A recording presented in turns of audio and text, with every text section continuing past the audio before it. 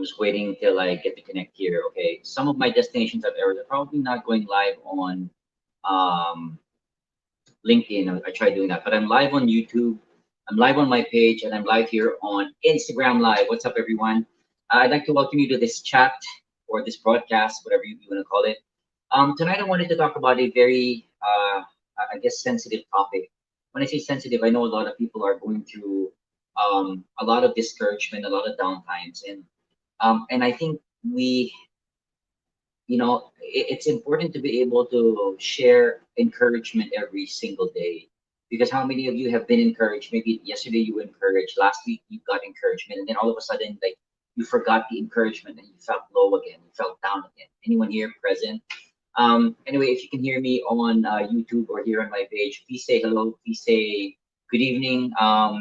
And I'd love to interact with you guys. You can comment here in the comment section, and I'll put your comments up if you get to catch me live. If you're part of Team Replay, just hashtag replay so I know you guys are catching the replay. Anyway, on Instagram, I think I entitled this "How to Handle Your Low." When you think you are going through your like lowest days, lowest times. Hi, Operation Face Mask. Hello.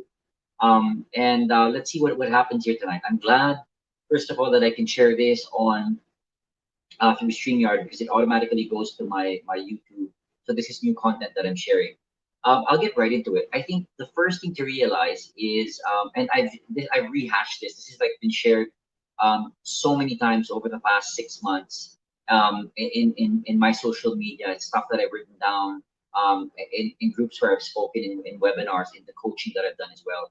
I would say number one, it's okay to acknowledge that you're not feeling okay. I know you've heard that like 1,000 times, but it's still so difficult. It's such a difficult message to listen to when you're in the middle of a life challenge or a life struggle, and for someone to say, it's okay to be okay. No, it's not. Like, I want my problem fixed.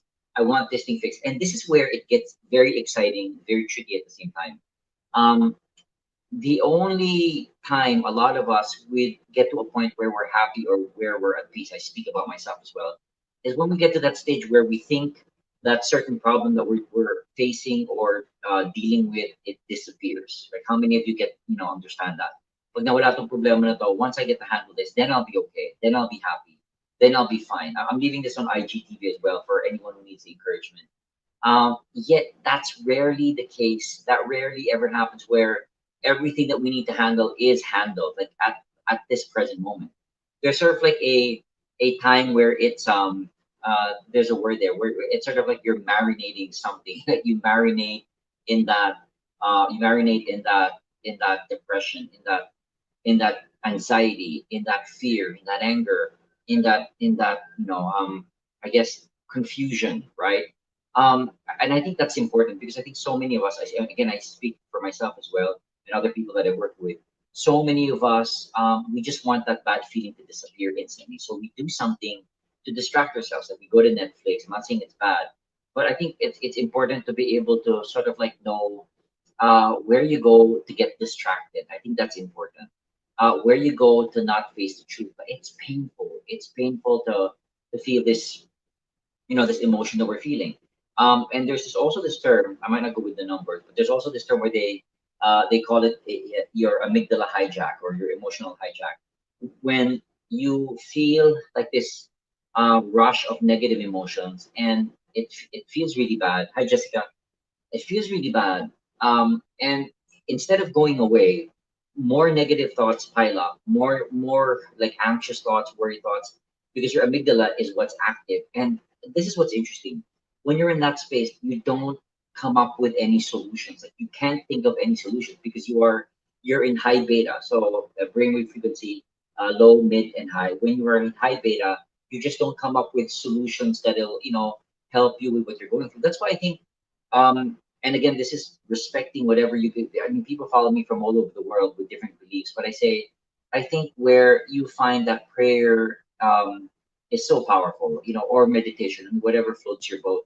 Because once you're in a space of prayer or meditation, maybe you go into the state where they call it alpha, and you go into an alpha brainwave where you're shutting out distractions, you're being able to be in a more relaxed mood. They call it moving from your sympathetic to your parasympathetic nervous system. And for some reason, those are the times that God gets to speak to us. When we're not chasing after something, when we're constantly in fight or flight, we're stressed out, we're fighting people, we're angry, and we never come up with solutions there. But when we do get to those spaces where we're breathing deeply, I think those are moments where you feel God. And when you're feeling God, you feel safe, you feel secure. There's a certain peace that comes over you. And you don't find it's as scary as you thought it would be. And then the bill collectors come, and then you're looking at that your child or someone who's possibly sick, someone in your family, or you're reminded of your past, of how painful it was. And there's always going to be something that'll come up for you it'll shock your system, and it'll scare you, and it'll divert your attention from prayer or from meditation to again being in high beta, being in that space where you're constantly overthinking and judging yourself and judging your situation. So like for me, I cannot get enough of reminders daily about understanding why we're depressed, why we're reaching these low points in our lives. YouTube, I hope you guys get this. Please comment on YouTube. If you're watching me on YouTube and you haven't followed this channel yet, please do so. I've uploaded a lot of interviews that you guys would, I bet you'd benefit a lot if you watch those interviews. They're all about encouragement. They're all about uplifting. They're all about shifting your energy from a low state to something that's more inspiring and something that's more uplifting and I guess sinking you to this energy or space of abundance, which feels good, which feels loving, which feels giving. So please check that out. Hi, Taddy. Um, so wait, let me send out a few waves here on Instagram if you're catching me live. I was supposed to be going live on LinkedIn as well, but it didn't work. But at least I'm live on 3 social media at the same time. This is great. Okay. Anyway. So, acknowledging it's okay not to be okay, great. Okay, constantly being aware that even if your problem disappear, like for me, like the problem might disappear. Hey, what's up, Win? It disappears. Then I feel good again. Then a new freaking problem pops up. Have you gone through this, guys? Napansin niyo na yan? It freaking you get rid of one problem, and then a freaking other problem comes up, and you feel worse. You feel more like shit, hi kids. And like you're wondering, like, what is this? Now it was my health, it was my finances. Now it's my relationship. Now it's my spiritual life, and it's all you're gonna notice like your life journey. It's all the mix up of these things that depending on where it pops up. However, when you get to that stage where it's overwhelming for you, for me, I sort of like reflect and I think like, hey, this whole thing has been an illusion where I think like I'm in control, where I think this clip here, where I think I'm in control, where I think I've got it, I'm handling it, I'm the man, I feel good, and I think it's wonderful. I'm all for gratitude. I always share. I always tell people to celebrate your wins and find out what you're grateful for.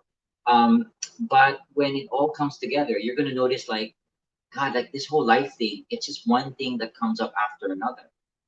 But I've shared this also where I say, but this is also good. Now I'm sharing to myself, oh, it's also very good. Because once you're in that stage where you have your back against the wall and there's no one, it feels like there's no one there to support you, or you're not getting any encouragement, you're not getting any inspiration. Like you feel stuck, you're stagnant, you're in a rut, whatever you want to call it. Then to put up some greetings there.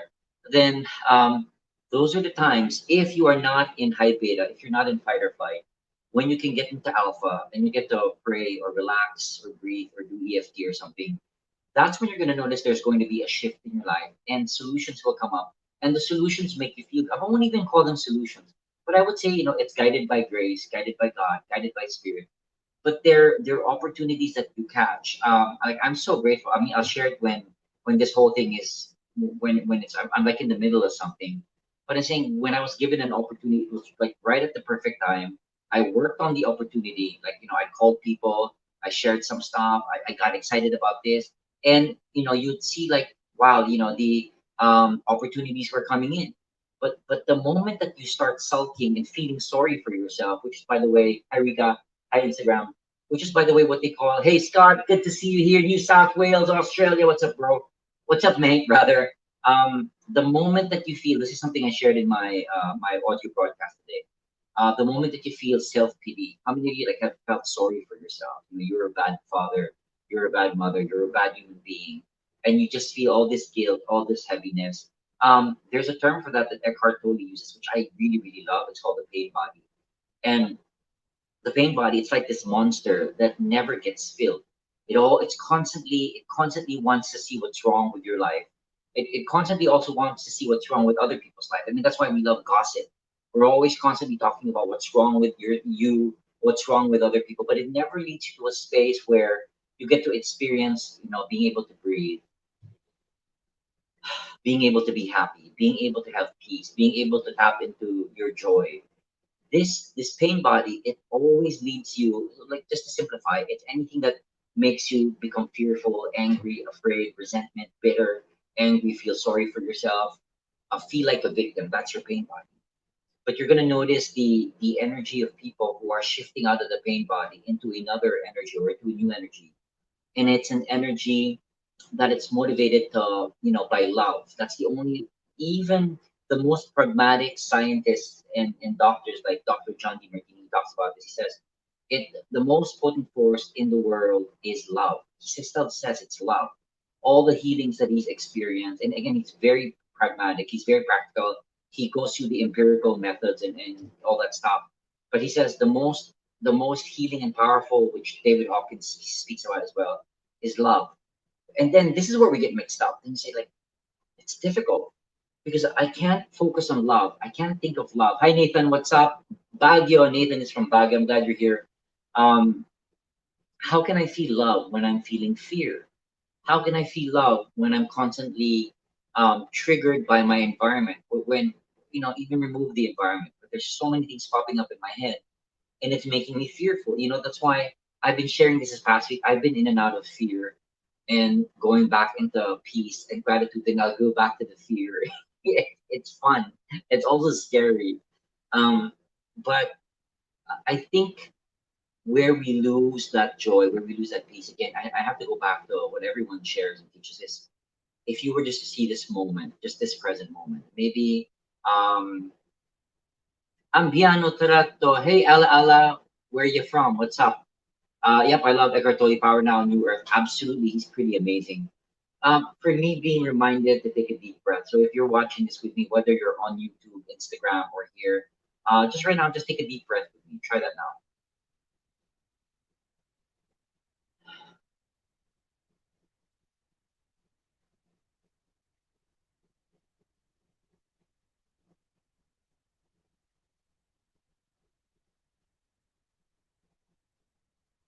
That was several deep breaths that just made me feel really, really good. What those deep breaths reminded me of was actually when I would do live seminars, whether um, it was in another country, it was with foreign people. Um, I was in situations where I was challenged, but every time I would breathe, because I deal with a lot of people going through, different life challenges in the seminar. Well, every time I would breathe, it would just remind me that everything is okay. God is 100% in control, not me. And all I need to do is to trust. Now I'm giving myself encouragement. All I need to do is trust that. And this is again something that a friend of mine posted on Facebook. She said, relax, because what is meant to happen is going to happen. You can't stop it from happening.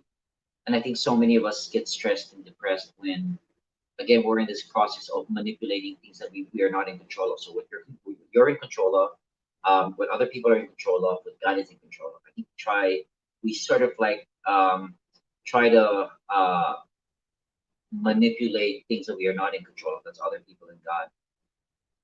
And then we do forget what we are in control of, which is to take care of our health, to take care of our mental well-being, to exercise, to watch what we eat, to watch how we speak, to watch what we're focusing on every single day. What you focus on expands, what you focus on grows in your life. A lot of people have heard that like 1,000 times, but yet we still choose to focus on things that brings down our energy. Yet we still do. I'm speaking to myself here. Yet we still choose to focus on things that makes us angry, that makes us upset, that makes us think that this whole life. Like again, I've been going in and out this. It makes me think that this whole life thing, especially our setup here in Manila, it's just crazy. You know, uh, then I remember again what John D. Martini said, where you can't have one without the other. Where there's joy, there's always going to be hatred and apathy. Where there's love, there's always going to be depression. Where there's joy or faith, there's going to be doubt and anxiety. And he says that's just the way the world is created. And the moment that you try to get into a space where you're constantly, this has been again my I think my biggest learnings in life is like I've always wanted peace. I've always wanted, like people to always just get together and get together as friends and all that stuff. That hasn't always been my experience. And I just realized like life has been teaching me over and over again, Bam, even if it does not seem like the way you think life should be or the way you think you want it to be, it's okay. And it'll always be okay, even when you're long gone. I think that goes for everyone. Life will continue the way it's always functioned, and it's always functioned in just perfect order. Even though you see chaos, even though you see destruction, this is, I think, something that we, and I'm laughing because having my own aha moments. I think those times when I was most discouraged or I felt um, like I don't know, like giving up or tired. Hi Penny, thanks for watching. Um, I hope you guys are doing okay. I know it's been difficult saying you then. I'm sending prayers for you guys.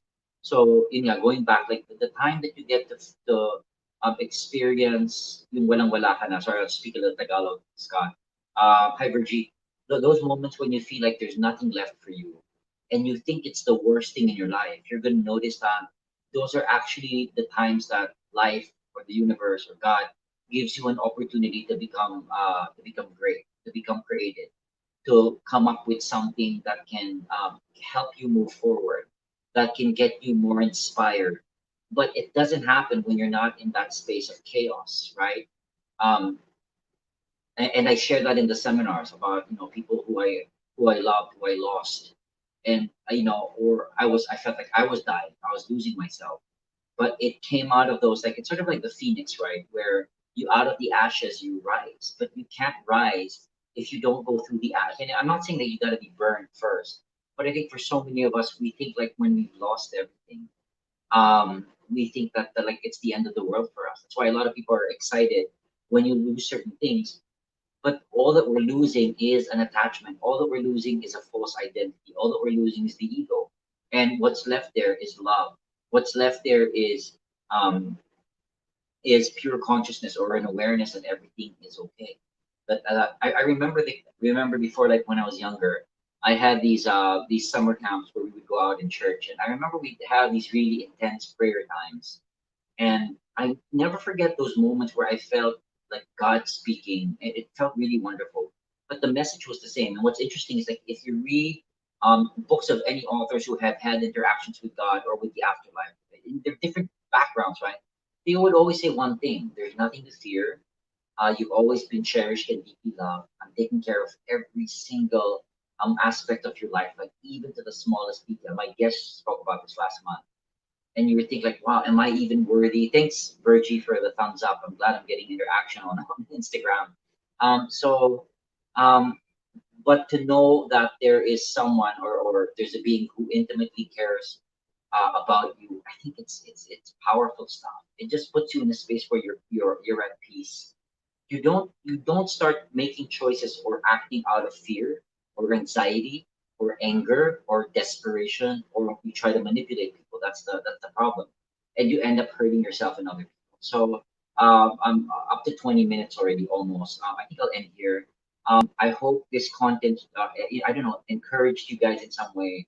I know I said a lot of stuff, but I just usually I normally speak like this where I allow myself to be guided. I call it inspiration. I hope it was inspired.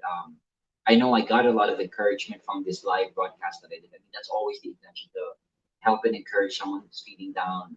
So remember, it's okay not to be okay. You are always cherished and deeply loved. Out of your ashes rises the phoenix that is, great and wonderful, and you come up with solutions you never would have come up with if your trial or tragedy did not happen. And that never feels good, but we're all in this together. And as Karen said, I mean, you say it with conviction, with I don't with faith. You're not like hoping, like that you will get through whatever it is that you're going through because you've had those moments where it was really bad, you got through it. Where the thing that you fear the most it happened and you got through it. And it builds resilience, it builds grit, it builds perseverance, it builds character. So, good night, everyone. Thanks for watching. Scott, all the way from New South Wales, Australia. Thanks for watching, mate. Penny, Nathan in Baguio, Patty, of course, Win, and everyone else who's going to be catching this as a replay. Please type in Team Replay if you're watching it as a replay. Feel free to share if this can encourage someone tonight. God bless. See you soon. Bye. Thanks, YouTube. Thanks, Instagram. Check out my coaching programs. If you're interested in one-on-one coaching, that's what I've been doing.